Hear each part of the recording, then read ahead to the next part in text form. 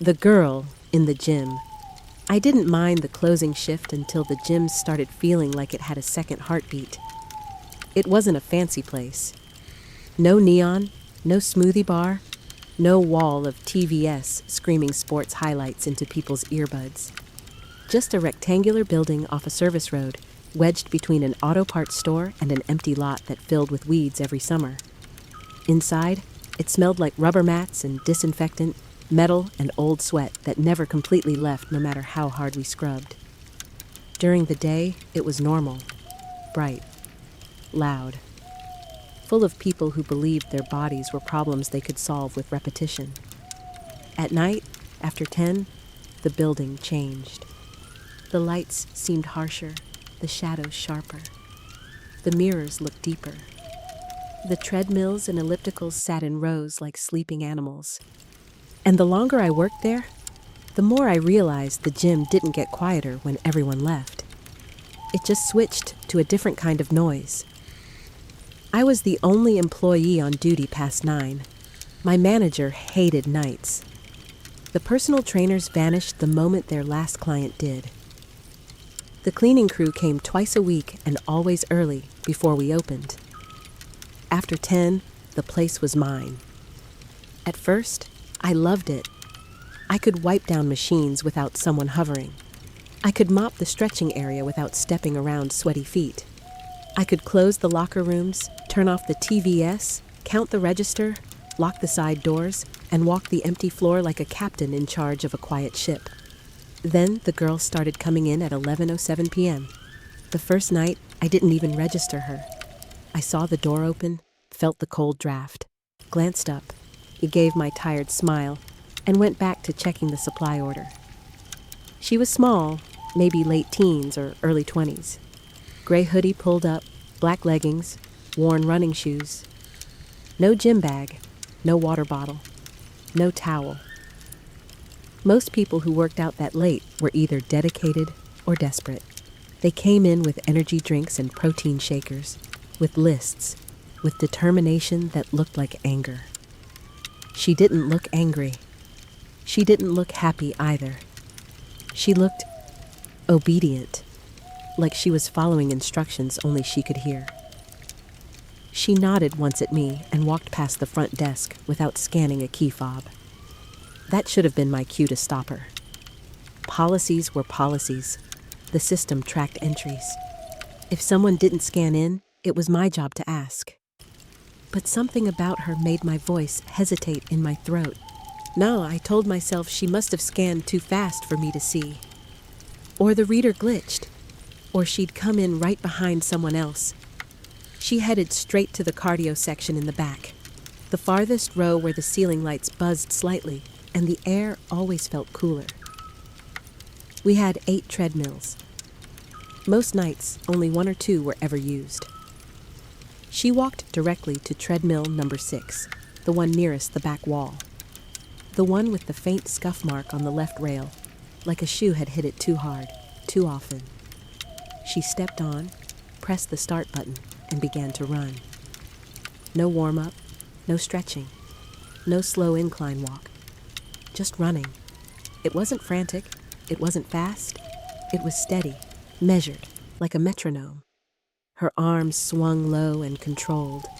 Her head stayed forward. Her hood stayed up. I watched for a moment, then looked away, feeling weirdly like I'd been caught staring. She ran for 23 minutes. Not about 23, exactly 23. At 11:30, she slowed, stopped, and stepped off.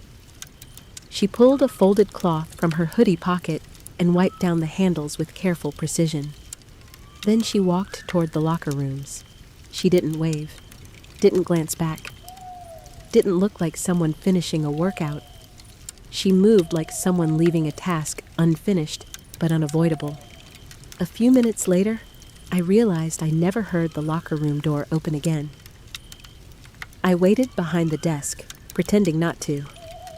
I listened for the side exit. There was a door near the showers that led to the back lot, and late-night members sometimes used it because it was closer to the parking spaces near the dumpsters. That door always made a loud click when it unlocked, and a squeal when you pulled it open. I heard nothing. At 11:45, I walked the floor like I always did before closing. Checked the free weights, turned the music down lower, wiped down benches, made sure nobody was hiding in a corner stretching. I didn't love confronting people, but it was part of the job. The gym had to be empty before I could lock up. The cardio area was empty. Treadmill 6 was off. The belt was still. The screen was dark. The locker rooms were empty too. Lights on, mirrors clean, no shoes, no bags, no damp towels on hooks. The showers were off. The air smelled of bleach and old soap. I told myself she'd left and I'd just missed it. Still, when I locked up that night, I felt like I was walking out of a building that hadn't finished watching me. The next night, she came again at 11:07. At this time, I noticed the exact time because I'd already told myself I was imagining patterns. I was at the desk scrolling through the schedule on my phone when the clock above the water fountain flipped from 11:06 to 11:07 and the front door opened. Cold air slid across the floor. I looked up. She was there. Same gray hoodie, same shoes, same quiet nod, no scan. She walked past the desk like she belonged to the building more than I did and headed to treadmill 6. I stood up. I almost called after her. My mouth opened. Nothing came out. It wasn't fear. Not yet. It was something closer to the feeling you get when you're about to interrupt someone praying. She ran for 23 minutes. At 11:30, she wiped down the handles, then walked to the locker rooms. Again, she never came back out. This time, I checked the side exit. I walked over and tried the handle. Locked. I hadn't unlocked it all night. I checked the deadbolt. Still engaged. I checked the little security bar at the bottom. Still in place. I opened the locker room door and stepped inside. Empty. I stood there staring at the mirrors, waiting for my brain to make sense of what my eyes were seeing. Nothing moved. Nothing shifted. The fluorescent lights hummed. For a second, I thought I saw a faint smear on the mirror, like condensation had been wiped away. But when I leaned closer, it was just my own breath fogging from the cold air that didn't match the thermostat. I went back to the desk and watched the cameras. We had 4. Grainy black and white feeds displayed on a small monitor. Front entrance, main floor, free weights, cardio. I rewound to 11:07. The front entrance camera showed the door opening. No one entering. The door swung inward like a ghost draft had hit it. The mat near the entrance didn't shift. No shadow crossed. No figure moved. My skin prickled. I switched to the cardio camera at 11:08. Treadmill 6 turned on. The belt began to move. No one on it. Then the picture stuttered. A brief distortion, like the camera's signal caught on something it didn't understand. A shape appeared. The girl. Running. Clear enough now that my stomach dropped. Her hood was up. Her face blurred slightly, but the motion of her limbs was real. The treadmill responded to her weight. The belt moved at a steady pace.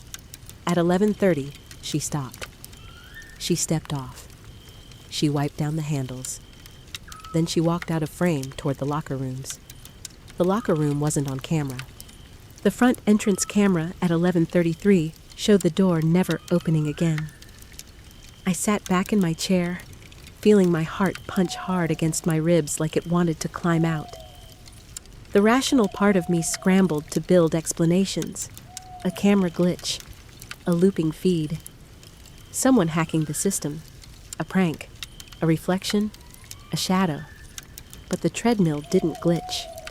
The belt moved with her stride. The machine responded to a presence that couldn't exist. I didn't tell anyone that night. In the morning, the daylight made me braver. Daylight makes people stupid. It makes you feel like the dark was lying to you. I told my manager at noon, when the gym was full and normal again. He didn't look up from his computer. "Cameras are old," he said. "They cut out sometimes." "It wasn't the camera," I said. "It was... someone ran on 6, then disappeared. I checked everything." My manager sighed like I was annoying him. "Maybe she walked out while you were in the back."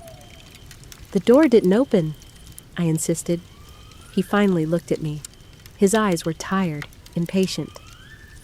"Look," he said, lowering his voice. "You're new. Night shifts mess with your head. People come and go. If someone's trespassing, call me. Otherwise, don't worry about it." I wanted to argue. Instead, I nodded, because I needed the job. That night, I was there again, and at 11:07, she came. This time, I stood near the front entrance with my arms crossed, pretending to restock the sanitizer spray. I watched the door handle. At exactly 11:07, it moved. The door swung inward. No footsteps, no shadow. Then, as if the air itself decided to take a human shape, she was simply in the doorway, not stepping inside, not already inside. She looked at me. For the first time, she spoke. "Evening," she said. Her voice was quiet, polite, tired, not eerie, not hollow, just worn, like she'd been running a long time. I forced my mouth to work. "Hi, you need to scan in." She blinked slowly, like she didn't understand what that meant. Then she nodded once, as if agreeing to something I hadn't said. "Okay," she whispered. She walked past me. As she passed, the air around her changed. A cold scent hit my nose, damp concrete after rain, and something faintly sweet, like old perfume that had been worn too many times. It made my stomach tighten. She went straight to treadmill 6. I followed at a distance, telling myself I was just doing my job, making sure she was a member, making sure she wasn't going to collapse, making sure I wasn't going crazy. She pressed start and began to run. I stood near the stretching area pretending to organize foam rollers, but my eyes kept sliding back to her. She never once looked at herself in the mirrors. We had mirrors everywhere, walls of them, the kind meant to make you check your form and hate your body in equal measure. She didn't check. She didn't even glance. And once I noticed that, I noticed something else. Her reflection wasn't right. It was there, but faint, slightly delayed, like the mirror was trying to decide whether to accept her. At 11:30, she stopped and wiped down the handles with her cloth. Then she looked directly at me. "Thank you," she said. "For what?" I asked, my voice coming out too small. "For staying open," she said. "It's hard to find places that stay this late." "We close at midnight," I said automatically. Her brow furrowed. "No," she said slowly, as if I was the one who had forgotten. "You close at 11:37. The hairs on my arms rose. I glanced at the wall clock. 11:31. I laughed once, a sharp, nervous sound. "No, midnight." She shook her head like she felt sorry for me. Then she turned and walked toward the locker rooms. This time, I followed. Not right behind her. Not close enough to be obvious, but close enough that I could hear her footsteps on the rubber floor. Her steps were light, almost too light. She pushed open the locker room door and stepped inside. I reached the doorway and stopped. The air inside the locker room felt colder than the gym floor, like a pocket of winter had been trapped in tile and mirrors. She walked toward the showers. Then she turned the corner, and she was gone. No sound of the side door, no squeal, no click, just gone. I stood there staring at the row of lockers, the bench, the mirrors reflecting me into infinity. The shower knobs were dry, the drains were dry, the floor was dry. I backed out slowly like the locker room might swallow me if I turned too fast. At 11:37, every light in the gym flickered once. It wasn't a full blackout. It was a blink, like the building closing its eyes. When the light steadied, Treadmill 6's screen went black. Not powered down, just black, like the display had lost the will to show anything. Then the building went quiet in a way I had never heard before. No distant hum of HVAC, no soft buzz of fluorescent lights, no faint whir of machines in standby. It was like someone had muted reality. I stood at the front desk and listened to my own breathing, suddenly too loud. Then, from the back, I heard the treadmill belt move. Slow, like someone stepping onto it. I stared at the camera monitor. The cardio feed showed treadmill 6 turning on. The belt began to move. No one was visible. Then the picture stuttered again, and the girl appeared, already running. But this time, she wasn't running steady. She was running like she was trying to outrun something behind her. Her arms pumped harder. Her shoulders were tense. Her hood had slipped back, and for the first time, I saw her hair. Dark, damp-looking, stuck to her neck like she'd been sweating, even though her skin looked too pale. Her mouth was open like she was breathing hard. And her eyes flicked toward the mirror wall. And in the mirror, I saw her reflection clearly for one horrifying second. Not delayed, not faint, clear. And in that reflection, she wasn't alone. Something stood behind her. A shadow shaped like a person, too tall, too still, pressed close enough that it should have been touching her back. The shadow didn't run. It just stayed there, attached to her like a second spine. I jerked my eyes back to the actual treadmill. There was no shadow behind her, only empty air. My pulse slammed in my ears. At 11:30, she stopped. She wiped the handles, hands shaking. Then she looked straight into the camera. Not at me. At the camera, like she knew it was watching. Like she knew I was watching through it. Her lips moved. The camera had no sound, but I read the words anyway. Please. Then she walked off screen toward the locker rooms. At 11:37, the feed cut to static. All 4 cameras fuzzed out at once. The monitor filled with snow and a thin, high whine. I slammed my hand on the monitor as if I could knock it back into working. Come on, I whispered. Come on.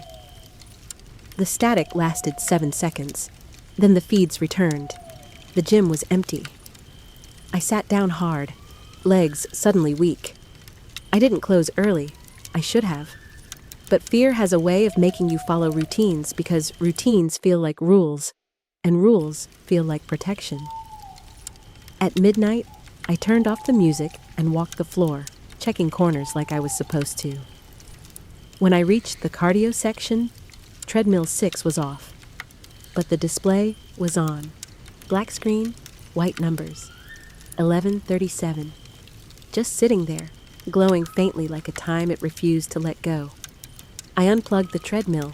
The screen stayed on. I stared at it, breath shallow. Then slowly, the numbers changed.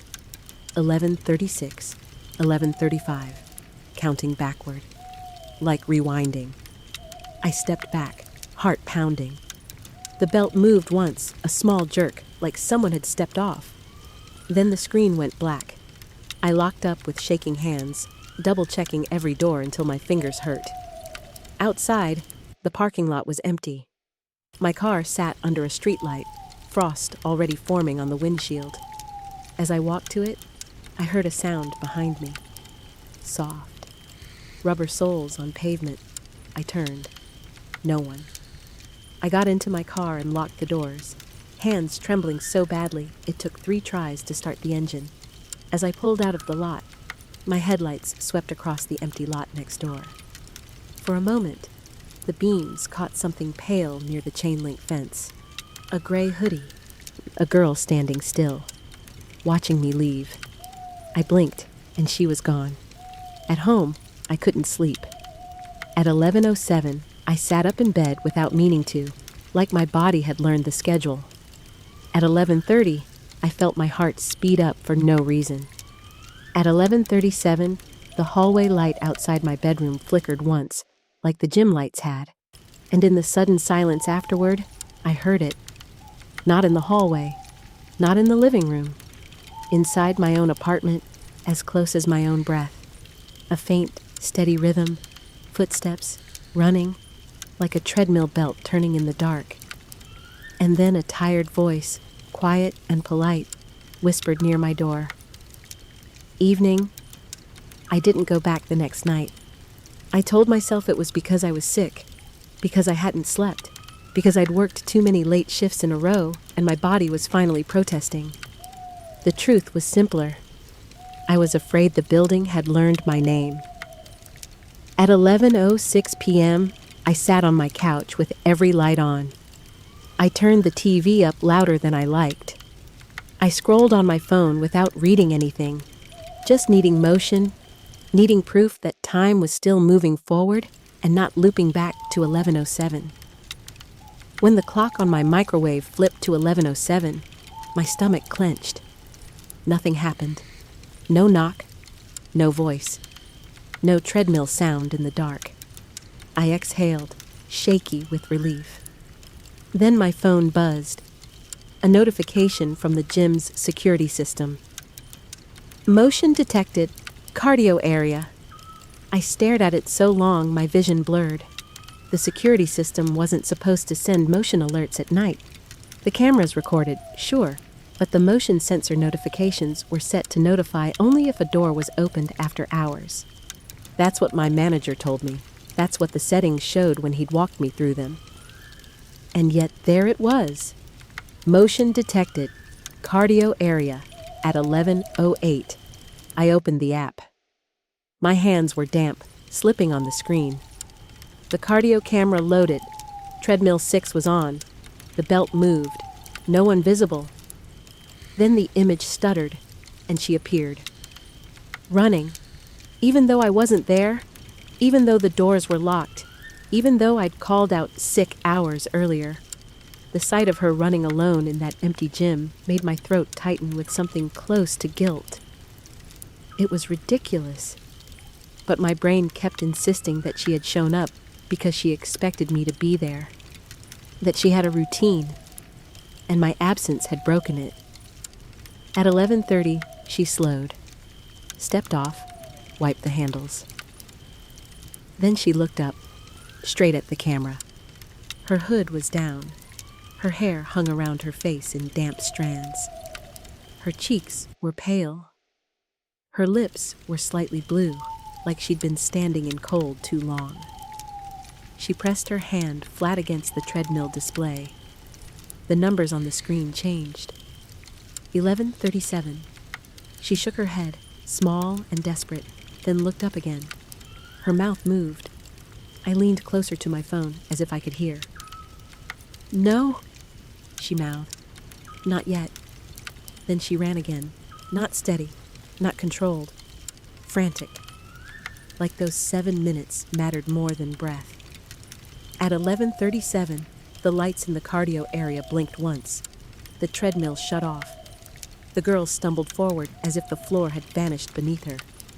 And then, the camera feed froze. Not static this time. Frozen. A still frame of the treadmill, empty, belt stopped. My phone vibrated again. A second notification. "Door opened. Locker room exit." I felt cold spread up my spine. That door was locked at night. I had checked it. I had checked it 100 times. I switched to the main floor camera. The gym looked empty. I switched to the front entrance camera. The door was closed. No one. Then I switched to the free weight camera. For a moment, I didn't understand what I was seeing. A figure stood near the mirrors. Tall. Too tall. Not moving. a shadow with the shape of a person, but wrong at the edges, as if the camera couldn't capture it properly. It did not run. It did not breathe. It simply stood there in the reflection space, in that bright mirror-lit room, like it belonged more than the weights did. Then the feeds went black all at once. My phone screen showed connection lost. I sat on my couch with my mouth open, not breathing, the TV still playing some late-night commercial that suddenly sounded far away and stupid. I didn't sleep. At 3:11 a.m., I heard something outside my apartment door. Not a knock. A soft scuff on the carpet, like someone shifting their weight politely.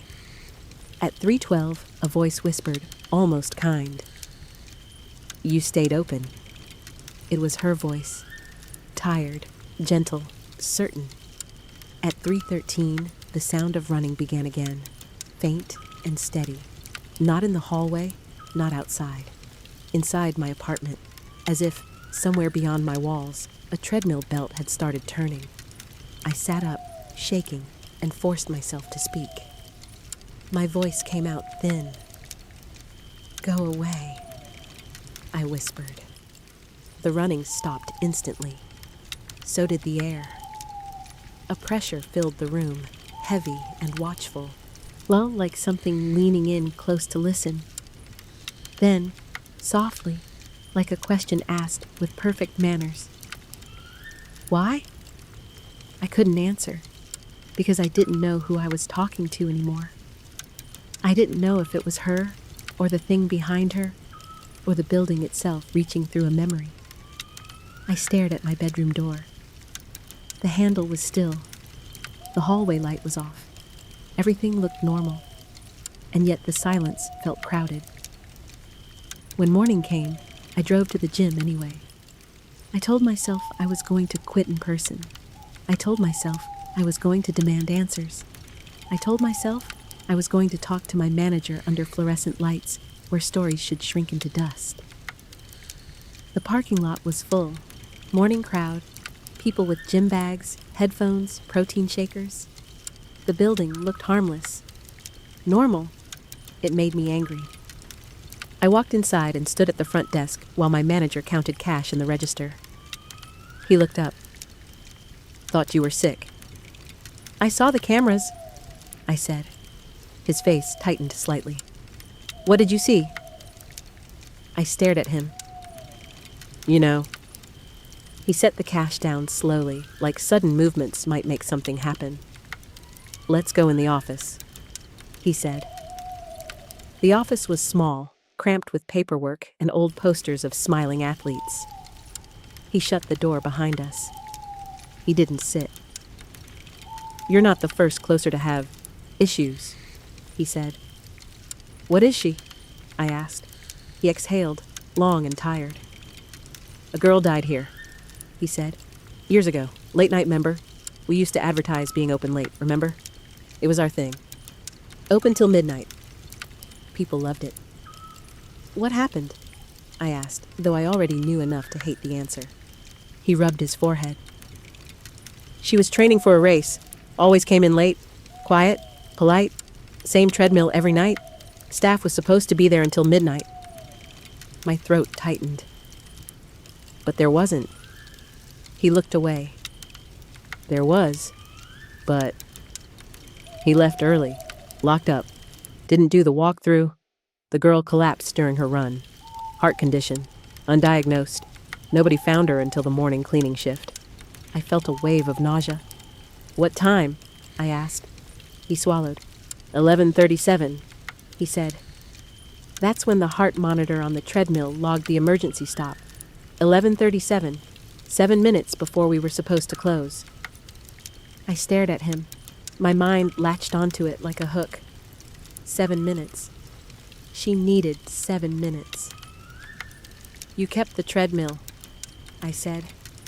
"We replaced parts," he said quickly. "We replaced the belt, the console, the motor, but it's the frame. It's the same frame. She always used that one." 6. He hesitated.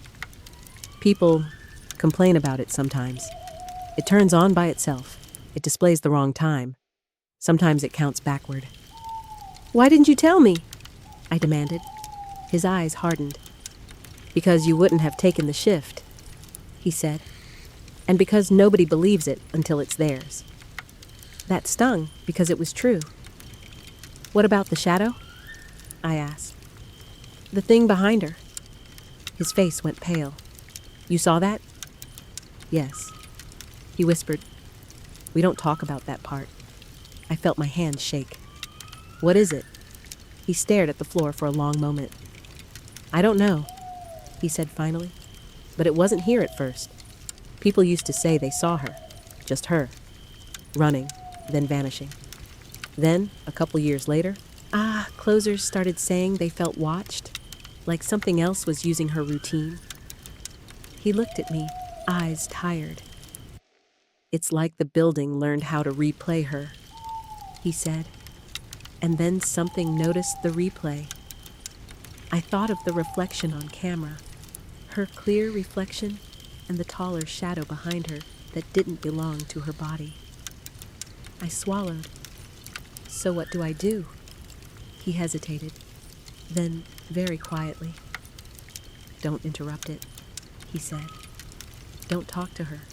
Don't look in the mirrors when she runs. And whatever you do, don't stay past 11:37. My mouth went dry. Why? He didn't answer at first. Then he said, because when the lights flicker at 11:37, she realizes. And when she realizes, it stops being a replay. A chill crawled over my skin.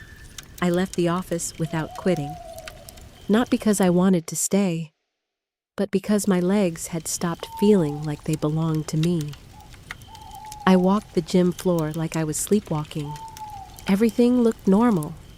People lifted weights. People ran on treadmills. People talked and laughed. Treadmill 6 was empty.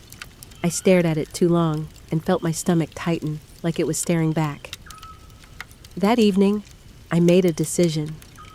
I would go in one last time, not to be brave, not to fight, just to understand, enough to leave without carrying questions like splinters. I went in at 10:30, early, while other people were still there. I cleaned, I restocked. I avoided looking at treadmill 6. At 11 o'clock, the gym emptied out. The last member waved goodbye and left. The building got quieter. At 11:05, I locked the front door and flipped the sign to closed. My heart pounded. At 11:06, I stood behind the front desk and watched the entrance like a person waiting for a storm. At 11:07, the door handle moved. The door swung inward. No wind, no footsteps. Then she was there. Gray hoodie, black leggings, old running shoes. She nodded politely, like always. Evening, she said. I swallowed hard. Hi, I managed. She walked past me without scanning in and headed toward treadmill 6. My body wanted to follow, but my manager's words rang in my skull. Don't look in the mirrors when she runs. I kept my eyes on the floor as I walked behind her, pretending I was doing a safety check. She stepped onto treadmill 6 and pressed start. The belt moved. She began to run. The rhythm filled the gym, soft thuds, steady and exact.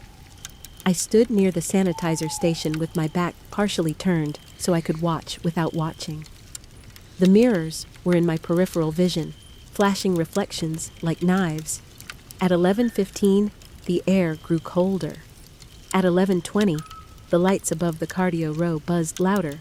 At 11:25, I smelled damp concrete and old perfume. At 11:29, the treadmill display flickered. At 11:30, she stopped. She wiped down the handles with her cloth. Then she looked toward me. Not the camera, not the mirrors. Me? Her hood had slipped back again, and I saw her face clearly.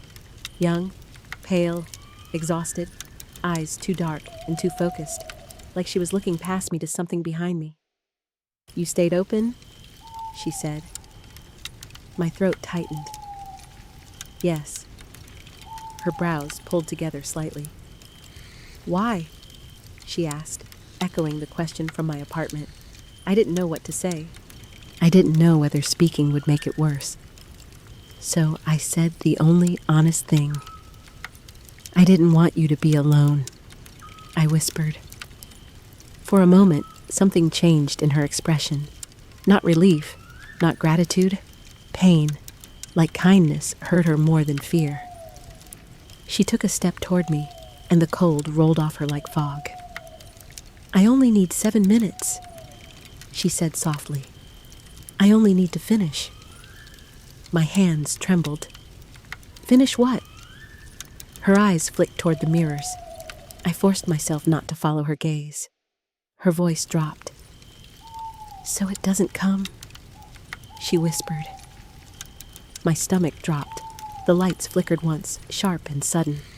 The wall clock above the water fountain flipped to 11:36. Then 11:37. The gym blinked, every light flickering at once like the building closing its eyes. In that blink, I heard something behind me. Not her footsteps, something heavier. A presence shifting in place. I felt it the way you feel someone standing too close in a dark room. Mary's breathing turned ragged. No, she whispered. Not yet. The treadmill display flashed 11:37 again, bright and cruel.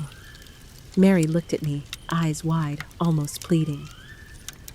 Please, she said, and without thinking, without deciding, I reached out and pressed the start button on treadmill 6.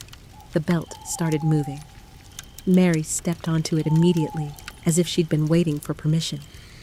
She ran, faster than before, harder, like those 7 minutes were a rope slipping through her fingers.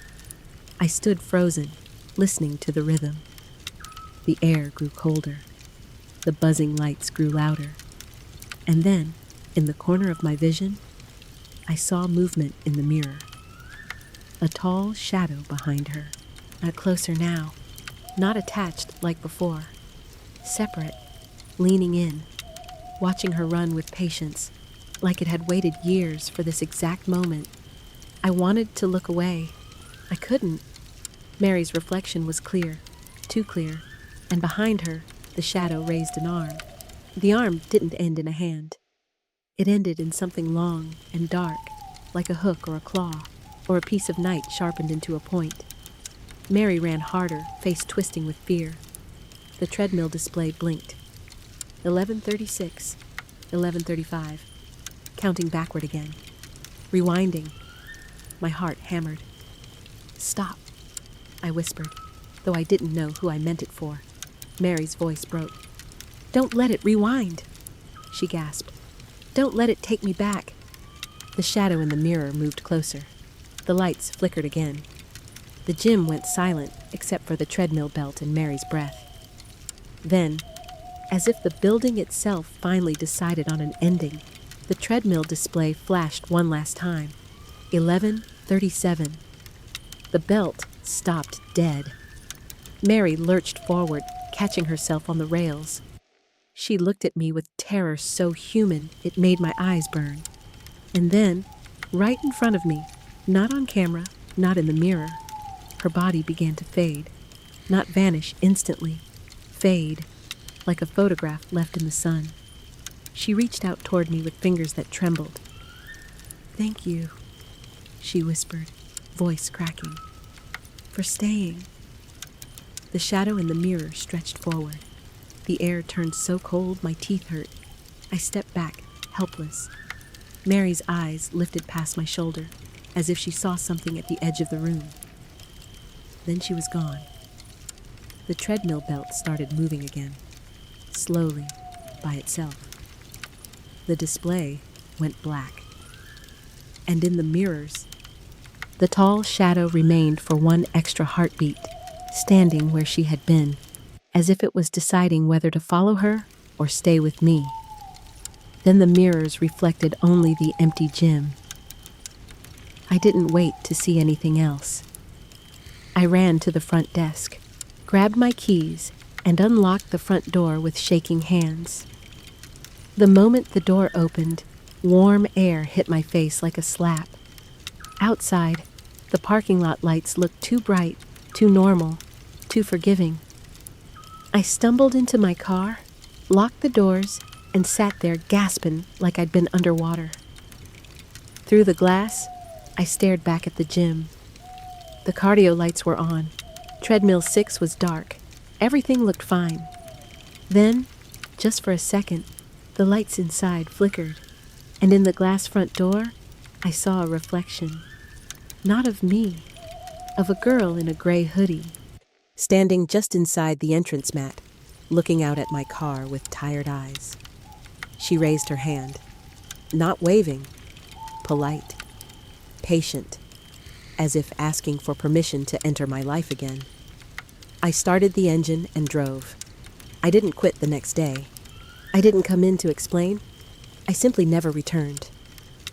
My manager called, texted, left voicemails. I didn't listen, because at 11:07 every night for the next week, my phone buzzed once, even with no notifications. At 11:30, my hallway light flickered. At 11:37, I heard a faint treadmill rhythm in the pipes, like the building had printed its routine onto my bones.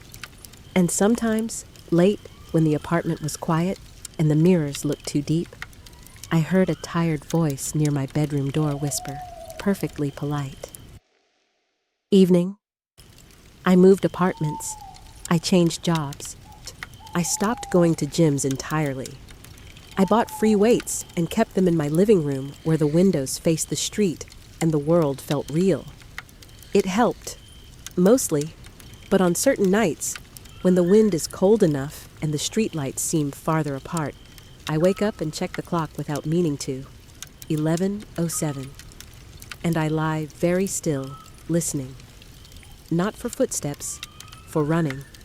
Because somewhere, in a building that stays open too late, a treadmill belt is turning in the dark, and a girl in a hoodie is still trying to finish her 7 minutes. Not to get stronger, not to get faster, just to outrun whatever waits behind her in the mirror. You have been listening to American Haunted Tales. Thank you for watching.